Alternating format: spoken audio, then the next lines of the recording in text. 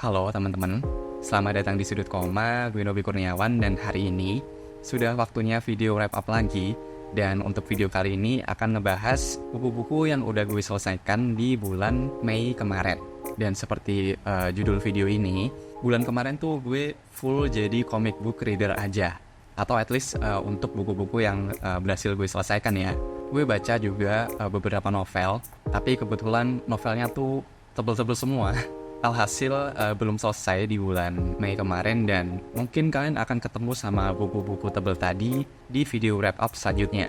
Di bulan Mei kemarin tuh bener-bener full buku-buku yang berhasil gue selesaikan tuh cuma yang komik aja. Dan ya mungkin tanpa berlama-lama kita langsung mulai aja video wrap up-nya. Judul komik pertama yang gue selesaikan di bulan kemarin adalah Sayuti Cowboy Betawi volume 1. Yes, baru volume 1 aja karena budget man. Coba yang relate angkat tangan. Kalau kalian ngikutin ranah perkomikan lokal, terutama yang di ranah indinya, kalian mungkin udah gak asing sama judul Sayuti Cowboy Betawi. Judul satu ini merupakan karya dari duet maut Mas Tamam dan Mas Rangga, yang mana gue suka sih sama kolaborasi mereka karena kedua orang ini kan sama-sama orang Betawi ya, dan tiap karyanya pun selalu mengangkat kebudayaan mereka itu sendiri gitu. Dan tentunya seperti judul komik satu ini, kita akan mengikuti kisah dari Sayuti, si cowboy Betawi, seorang gunslinger dari tanah Betawi yang menghadapi berbagai permasalahan di era kolonial atau pasca kolonial. Gue gak terlalu inget sih poin timelinenya tuh di mana. Tapi ya yang jelas gue suka sama cerita dan art dari judul Sayuti Cowboy Betawi satu ini. Konsepnya sih gue suka banget, seorang cowboy dari Betawi. Dan ya penasaran sih sama kelanjutan ceritanya kayak gimana. Harus baca 4 volume lagi karena judul Sayuti Cowboy Betawi ini udah tamat di volume kelima. Dan mungkin untuk kalian yang penasaran sama judul Sayuti Cowboy Betawi lebih jauh, gue mau merekomendasiin satu episode dari podcast Komik Indo yang ngebahas judul komik ini dengan kedua kreatornya, Mas Tamam dan Mas Rangga. So ya, itu untuk judul Sayuti Cowboy Betawi. Untuk pembahasan komiknya mungkin nunggu gue selesai baca ke semua volumenya dulu ya, entah kapan. Gue gak bisa menjanjikan secepatnya, tapi ya ditungguin aja lah. Oke, untuk judul kedua yang berhasil gue selesaikan di bulan kemarin adalah komik Jitu volume 1 dari Reon. Gue sebenarnya udah tahu judul Jitu 1 ini udah dari lama sih, tapi belum kesampaian untuk baca.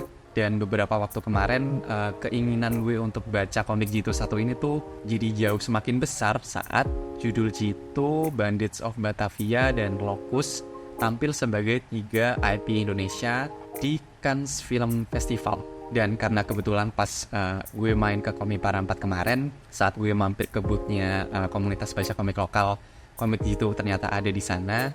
Ya akhirnya gue bacalah volume pertamanya di tempat. Untuk volume pertamanya menceritakan tentang sekumpulan penembak jitu di Indonesia yang sedang mengikuti semacam turnamen untuk amusement orang-orang tinggi di semestanya komik jitu ini sendiri. Konteks yang gue dapetin masih itu ya dari volume pertamanya. Gue sih ngerasa akan ada sesuatu yang jauh lebih besar di balik ini semua. Dan ya gue gak sabar untuk baca volume-volume lainnya. Oke lanjut, gue baca komik lokal lagi.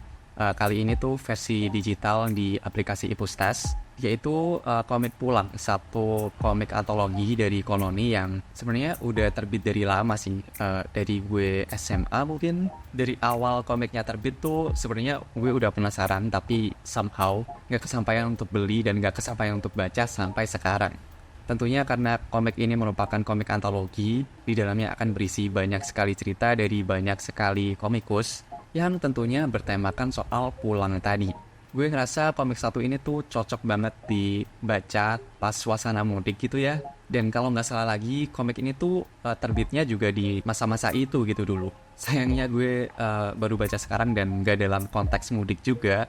Tapi gue tetap dapet feel warmnya nonetheless. Dan ya, gue berencana untuk bikin video pembahasan khususnya sih. Jadi mungkin penjelasannya itu aja di video kali ini. Ditungguin aja videonya, dan untuk teman-teman yang penasaran sama komik satu ini, bisa baca secara gratis di aplikasi Ipustas.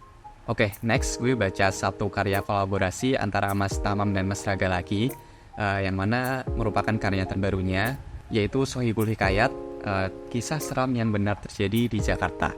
Ini merupakan sebuah komik horor yang relatif ringan, yang masih fun untuk diikutin. Banyak sekali momen-momen komedik di dalamnya, dan ya mungkin itu aja sih. Gue udah bikin video pembahasan khususnya tentang Sohibul Hikayat 1 ini, dan kalau gue nggak salah, videonya tuh udah tayang sebelum video wrap up 1 ini. Jadi mungkin kalau kalian penasaran sama judul Sohibul Hikayat, kalian bisa langsung meluncur aja ke video tadi.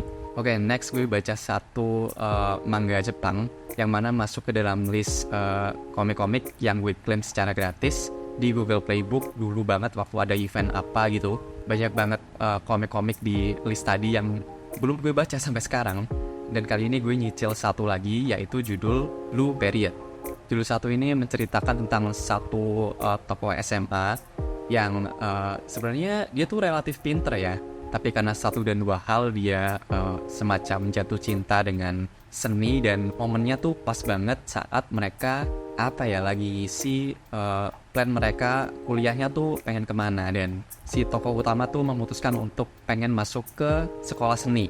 Nah, kita akan ngikutin kisah struggle-nya dia yang awalnya tuh buta banget terhadap seni. Dia bener-bener belajar.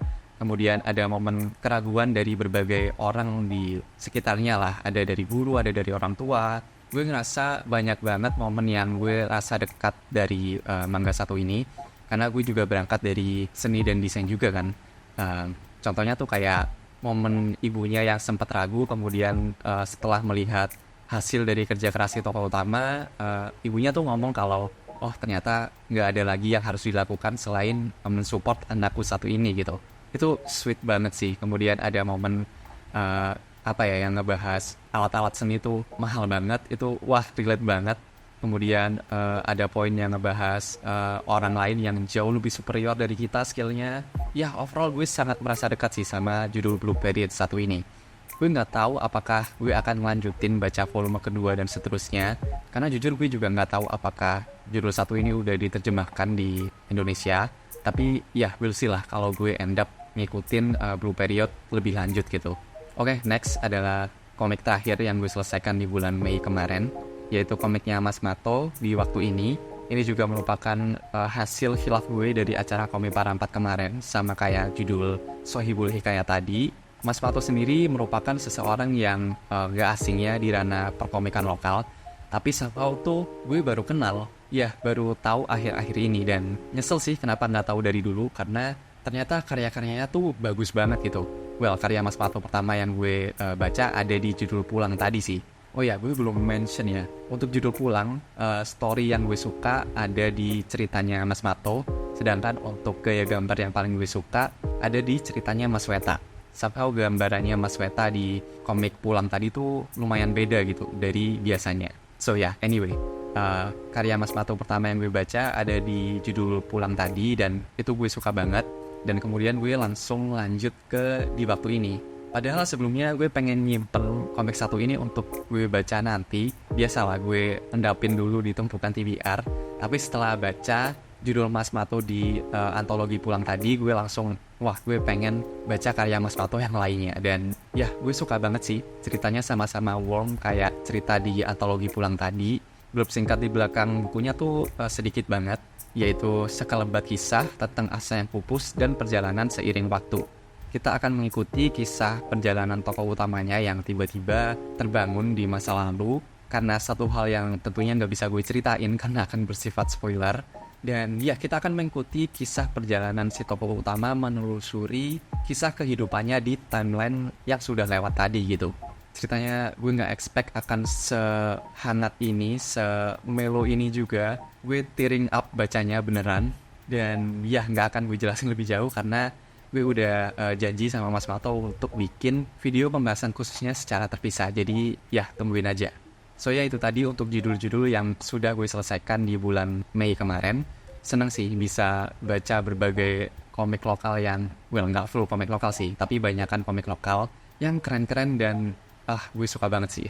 Gimana dengan kalian? Bulan Mei kemarin baca apa aja? Ada yang baca komik lokal juga nggak? Bisa tulis di kolom komentar bawah ya. Dan ya mungkin itu aja. Seperti biasa, terima kasih sudah dengerin. Gue Nobe Kurniawan dan sampai jumpa di halaman selanjutnya. Thank you.